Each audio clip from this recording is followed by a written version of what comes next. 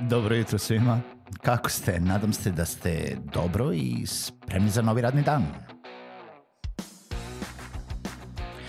Pozdrav svima i dobrodošli na podcast Male pobede, stari novi podcast koji je tu da bi vam kroz pitanje i savete dao motivaciju, pokrenuo vas u pozitivnom smeru i pomogao da ovaj dan počne bolje, jače i možda čak i zabavnije. Moje ime je Željko Crnjaković.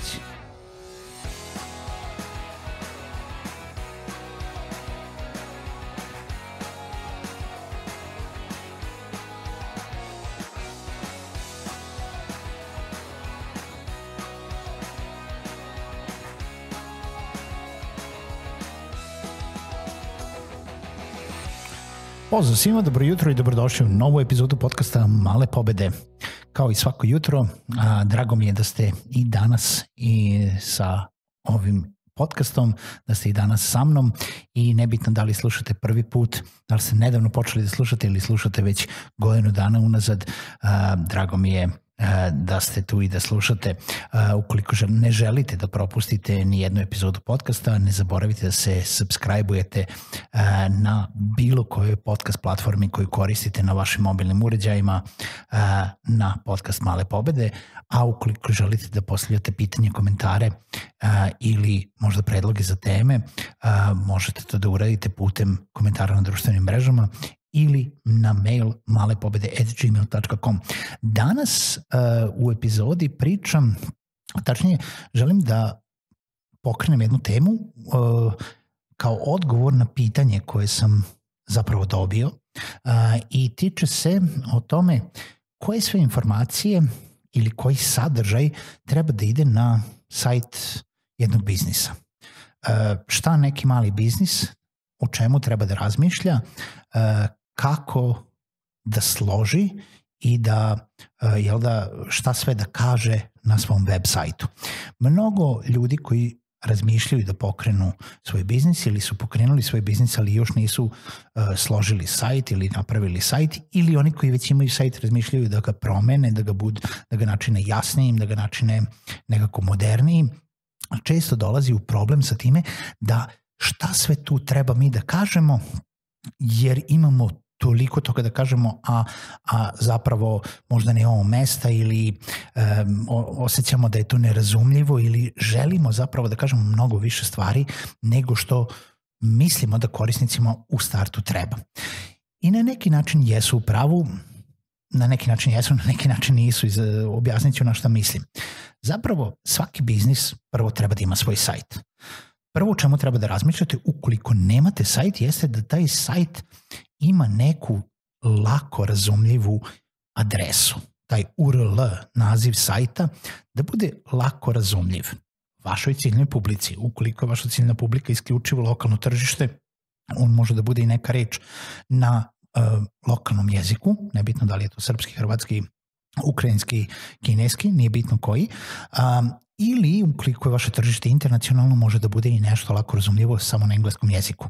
Ne treba da bude previše dugačko, ne treba da bude previše kratko, bilo bi dobro da bude čak i ključna reč u URL-u po nekim SEO standardima, ali to ne mora. Zapravo mora da bude lako, jer kada vi nekome kažete kako želite ili želite da kažete kako da vas pronađe, to ne treba da bude nešto što sad morate da mu govorite slovo po slovo, da on zapisuje i da tu bude nekih 12, 13, 15 karaktera koji će morati da upiše, da zapiše, koje ne može lako da zapamti da bi došao do vašeg sajta.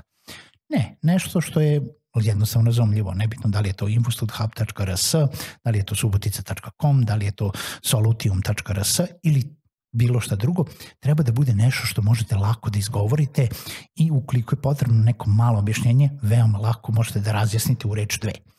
Sad, što se tiče samog sadržaja na sajtu, treba da znate da web sajt može da podnese bilo koliko informacija koje vi želite da kažete.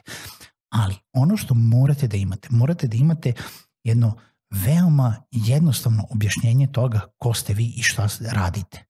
Na samoj naslovnoj stranici treba da bude veoma jasno naznačeno o čemu se tu radi. šta vi to nudite, prodajete, radite, ako ste samo sajt zarad nekog ličnog profila, opet ko ste vi, šta radite tu na tom sajtu.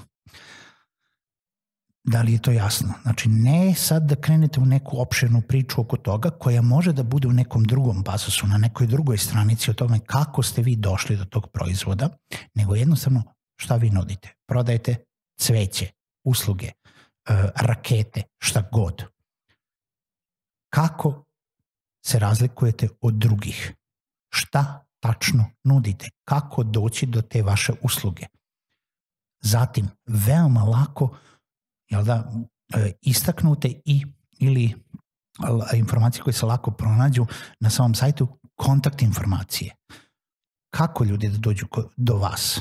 E-mail, fizička adresa, mapa, telefon, nešto. Te 3 stvari morate imati veoma jasno razrađene. Treba da imate takođe jasno preglednu mapu sajta, u stvari dobro razrađeni meni. Da li je to naslovna, da li je to vaš portfolio, da li je to vaše usluge, da li je to o nama, pa da li imate nešto u podmeniju, naša priča, kako smo mi došli do ovde, šta se nalazi iza toga, koje su sve to nivoji usluga koje mi nudimo. Vi to možete uraditi na 2. i 3. stranici, nema problema. Još bolje je, kao što smo pričali prošle nedelje sa Ivanom kada je bio gost u epizodi, ukoliko imate priču koja prati vaš proizvod, servis ili uslugu.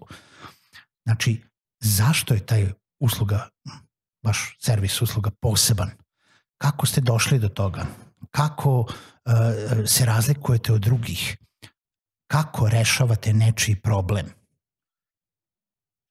Sve ostalo je samo slaganje sajta. Da li je to dizajn, da li je to video, da li su to fotografije, sve zavisi od toga šta radite, nudite, da li su to blogovi koji će ljudi dovoditi na sajt zato što ćete same blogove i tekstove da delite negde drugde, pa će kroz to da dođu ljudi na sajt da bi saznali nešto o nečemu što ste pisali i onda ostali da saznaju nešto više o vama. Ali kao biznis morate da imate veoma jasnu poruku. Šta nudite, ko ste vi i kako doći do vas. Ima sad pitanje da li da stavljate cene na sajtove ukoliko prodajete nešto. Moje mišljenje da. Sad zavisi od toga kako se oformljavate cene, da li je to već oformljene cene proizvoda, da li želite da se cenkate, da li želite da se dogovarate, da li je to nešto što morate prvo da raspravite sa klijentom, ali ukoliko imate oformljene cene, stavite ih na sajt. Zašto? Zato što ćete samom postavkom cena automatski eliminisati gomilu ljudi koja možda ne može da priušti vašu uslugu ili koja će vas kontaktirati samo zato da bi vas pitala koliko to košta i ni zbog čega drugoga. Verujte mi, imao sam iskustvo i sa jednim i sa drugim. Ukoliko imate proizvod koji ima oformljene cene, a ne stavite te cene i počnu da vas zovu ljudi, mnogo ćete vremena izgubiti samo na samo sam želeo da saznam koliko to košta, pa čućemo se. Neki početni nivo cena, ne mora to da bude tačno, može da kaže cene se kreću od pa naviše i tako dalje. Će automatski već vas staviti u neki rang cena koji želite i onda ćete samim eliminacijom onih ljudi koji su hteli samo da pitaju okvirni rang cena doći do ljudi koji će vas kontaktirati zato što već se nalaze u tom rangu i razmišljaju o kupovini, ali im treba još više informacija. Poenta web sajta, ukoliko nudite usluge, jeste zato da se ljudi zainteresuju za vas i da žele da saznaju više i onda da ih dovedete na neki sastanak, razgovor, upit, popunjavanje upitnika, šta god, da vam ostavi još više informacija. Ukoliko prodajete proizvod koji je ponuđen na sajtu i ukoliko se on prodaje putem sajta, cilj je da ga prodate, cilj je da date sve moguće informacije o tom proizvodu i na najlakši način dovedete kupca ili potencijalnog kupca od toga da vidi taj proizvod do toga da u 3 klika obavi sve što treba da obavi i reši kupovinu. I onda sad tu imate različite mere, nivoje i to jest alate koje možete da koristite ukoliko imate online prodavnicu, ali o tom potom i možda u nekoj drugoj epizodi više o tome. Znači, ukoliko ste neki mali biznis koji nudi uslugu, koji želi samo da ima online prisustvo, budite jasni u tome šta želite da predstavite, ko ste vi i kako doći do vas, a sve ostalo, sve one ostale informacije koje vi inače pričate ljudima kada vas pitaju šta ti radiš, pa onda posednete nekoga i onda mu objašnjavate šta to zapravo vi radite, jer nekome kome kažete ja prodajem bicikle, ako mu kažete samo ja prodajem bicikle, onda znači da želite manje više da ga skinete sa dnevnog reda i da ga ne zainteresujete za vaš proizvod. Ali ukoliko počnete da pričate o tome zašto vi prodajete bicikle, kakve bicikle prodajete i koja je priča iza tih vaših bicikala, zapravo želite da mu prodate nešto i počnete da pričate sa njim i sve te informacije možete da stavite na sajt. Ne moraju da budu na naslovnoj strani. Na naslovnoj strani je vi prodajete bicikle. Te bicikle su posebne zbog toga i toga. Možete nas naći ovde.